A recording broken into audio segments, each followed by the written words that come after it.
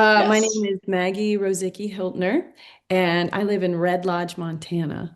I have lived here about 25 years, but I grew up outside of Philadelphia. So I have been working in art quilt. Well, I've been making art for about 30 years, embroidering and making fabric and textile-based work, um, and then moved into art quilt around 2015.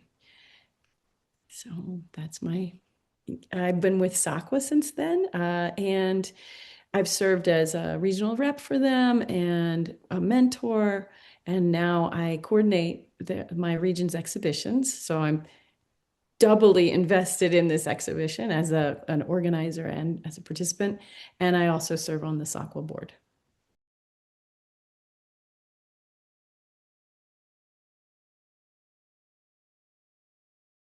So this is my third one that I've coordinated of broad spectrum, and it's a juried exhibition. So I write out a plan for we have, our organization has specific rules for approaching venues and because we have a global exhibitions program and then we have regional exhibitions. So this exhibition of Montana and Idaho has been lucky enough to tour around in Montana and Idaho and other states.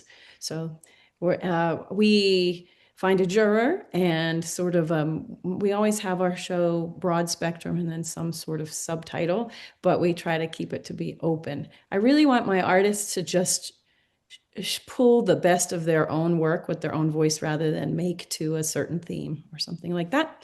And then the show usually goes to one or two initial venues, and then we pack it up to travel with the MAGDA organization through Montana, which is Montana Art Gallery Directors Association. So it usually ends up going to about 6 or 7 different venues in a 2 year span. So.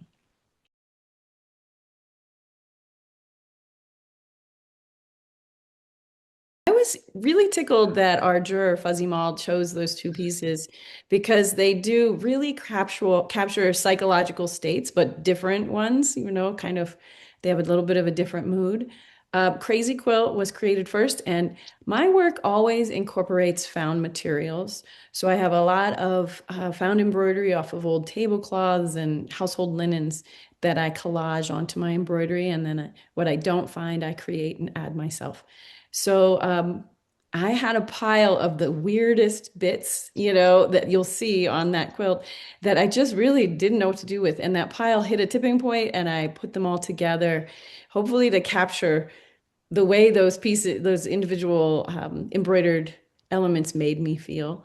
And with the idea of, the historical crazy quilt in mind, which is usually a collaged kind of thing. And then later, the Jungian spiral and the shadow self, I was uh, exploring some theories and ideas a lot about the conscious and unconscious Jungian theories. And that is the piece that just came out and in a kind of a quick sketch way.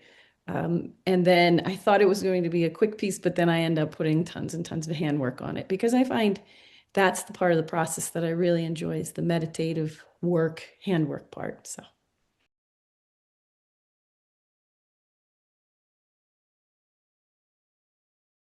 I keep make little sketches all the time, just on any scrap paper or my notebooks. It's just an idea will pop into my head and I'll do a quick sketch. And then those sketches end up in little piles, and then I kind of start to realize that the piles go together and it's a body of work, and then that maybe I need to go ahead and make that work tangible, make that work happen.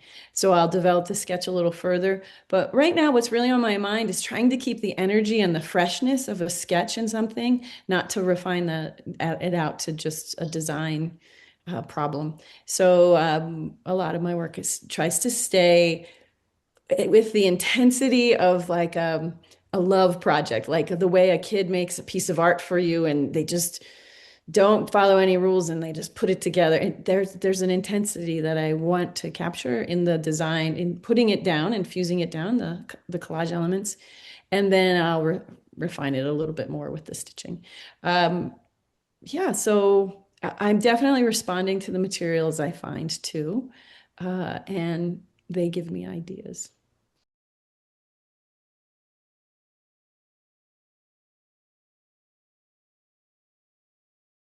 So my studio, I work standing up most of the time because in the design process, as much as I can in the day, I try to stay standing because the hand embroidery part can get me very hunched over and tiny. So if I can stay upright as much as possible, that's better for my body. And so my table I have a big 4x8 table in the middle of the room that's raised high so I can work standing up.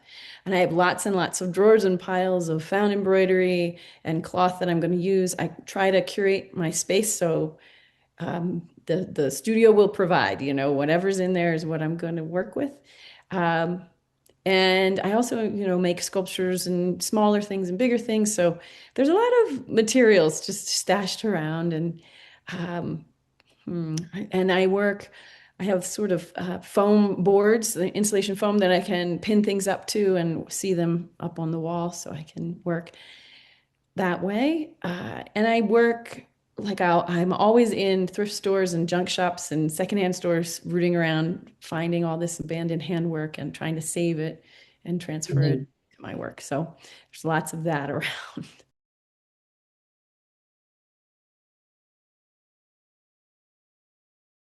Well, I'm excited for them to see the wide variety of work in the show.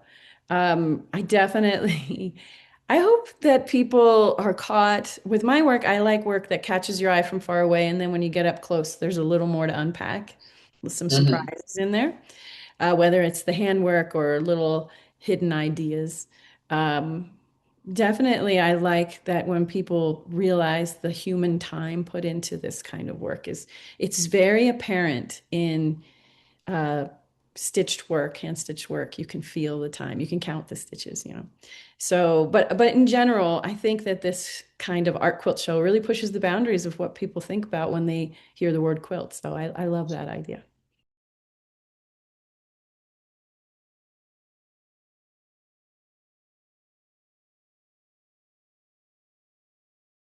Mm.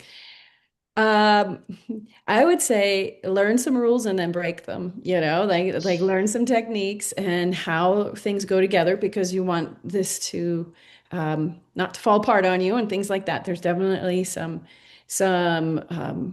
technique things that'll be helpful, but then go ahead and experiment and have a good time with it. This is art. It's so whatever idea you have, go ahead and try it. There are also some really great resources out there to learn all this stuff. Like SAQA's website has just limitless educational videos and resources, and places like Arrowmont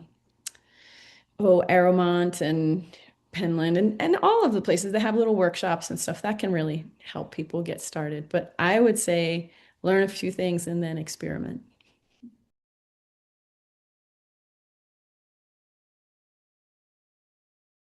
Well, I think being an artist is being the voice for humanity.